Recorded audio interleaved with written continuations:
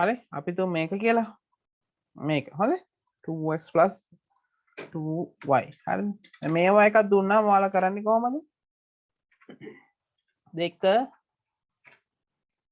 වැඩි කිරීම y වල x වල සංඛ්‍යාවක් කීයද 5යි හරිද plus දෙක වැඩි කිරීම y කියන්නේ කීයද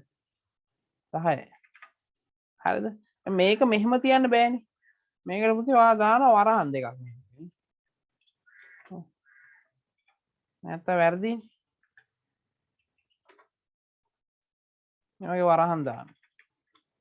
නේ ඉතින් මෙන්න මේකම තමයි Excel එකේ කරන්නේ හරිද Excel එකේ වෙනස් වෙන්නේ මෙතන මේ 5 කියන තැන වෙනුවට මොකක්ද දෙන්නේ B11 කියන සෙල් එකේ නම එනවා හරි මෙතන 10 කියන තැන වෙනකොට මෙතනට එනවා B12 කියන මේකේ සෙල් එකේ නම එච්චරයි තේරුණාද ඔව් සර් තේරුණා